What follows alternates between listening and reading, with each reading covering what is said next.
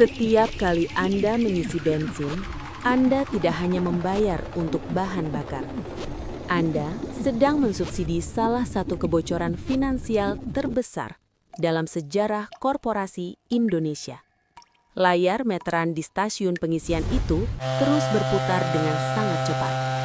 Angka-angka itu seolah menghisap uang keringat dari kantong jutaan orang setiap harinya. Sebagian besar dari uang keras yang Anda bayarkan itu menguap begitu saja. Uang tersebut menghilang tanpa jejak sebelum sempat menyentuh pembukuan kas negara.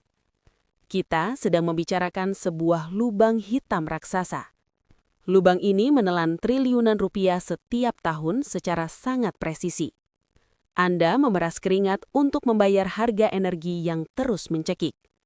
Sementara itu, sekelompok elit berdasi duduk nyaman menikmati selisih harga dari setiap tetes minyak yang masuk ke negeri ini. Lalu, kemana sebenarnya perginya uang-uang Anda tersebut?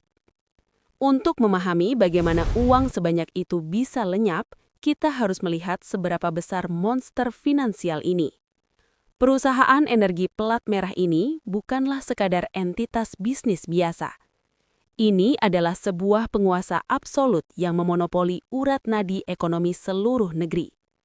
Pendapatannya dalam 1 tahun penuh bisa melampaui gabungan anggaran puluhan kementerian. Ribuan miliar rupiah mengalir keluar masuk dari rekening mereka setiap detiknya. Skala ekonomi ini terlalu besar untuk dipahami oleh otak manusia biasa. Mari kita gunakan sebuah perbandingan yang lebih nyata. Pendapatan mereka cukup untuk membangun ratusan rumah sakit mewah setiap bulan tanpa harus berutang sepeser pun.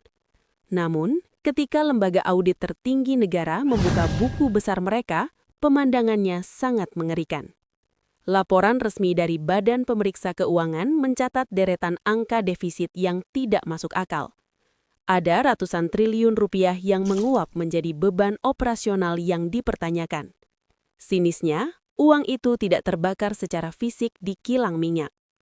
Bagaimana sebuah perusahaan dengan aset ribuan triliun bisa gagal melacak uangnya sendiri? Ini bukan masalah pegawai tingkat bawah yang salah mengetik laporan keuangan di komputer. Ini adalah sebuah anomali struktural yang dibiarkan hidup selama beberapa dekade. Uang tersebut bocor melalui ribuan celah kecil birokrasi yang sengaja dibiarkan tak terkunci. Dokumen-dokumen audit tersebut seringkali berujung menjadi tumpukan kertas berdebu di laci parlemen. Tidak ada tindakan hukum nyata yang mampu menyentuh aktor intelektual di baliknya. Semua pihak seolah bersepakat untuk memalingkan wajah ke arah lain. Tapi ada yang tidak diceritakan dalam laporan resmi tebal tersebut. Kebocoran ini tidak terjadi karena kecerobohan belaka. Ia terjadi karena sebuah sistem perantara yang dirancang secara jenius untuk menguras margin. Mari kita bedah anatomi perampokan legal ini dari akarnya. Negara kita sudah lama tidak memproduksi cukup minyak mentah untuk menghidupi warganya sendiri. Otomatis, pemerintah harus membeli jutaan barel energi secara massal dari negara lain setiap harinya. Logika orang awam mengatakan pembeli akan mendatangi penjual secara langsung untuk mendapatkan harga termurah. Negara seharusnya membeli langsung dari kilang raksasa di Timur Tengah. Tapi mari kita hentikan sejenak logika normal Anda, karena dunia birokrasi bekerja dengan cara yang berbeda. Faktanya, negara tidak pernah membeli energi itu langsung dari tangan produsen asli. Minyak mentah itu harus melewati tangan kedua terlebih dahulu. Kemudian dokumen dipindahkan ke tangan ketiga di negara bebas pajak.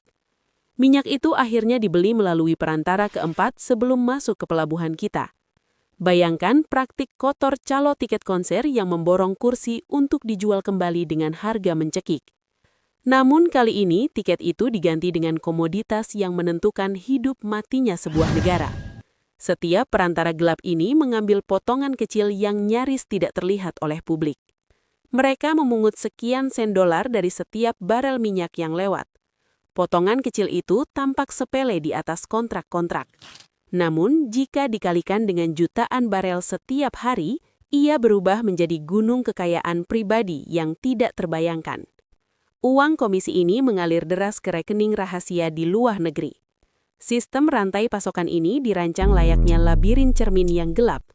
Tujuannya hanya satu, yaitu membuat pelacakan harga asli minyak menjadi mustahil dilakukan oleh rakyat biasa. Para auditor pun seringkali menyerah saat mencoba mengurai jaring laba-laba korporat ini. Semua proses ini dibungkus rapi dengan jargon teknis keuangan yang membosankan. Sampai sebuah dokumen rahasia akhirnya bocor ke ruang publik.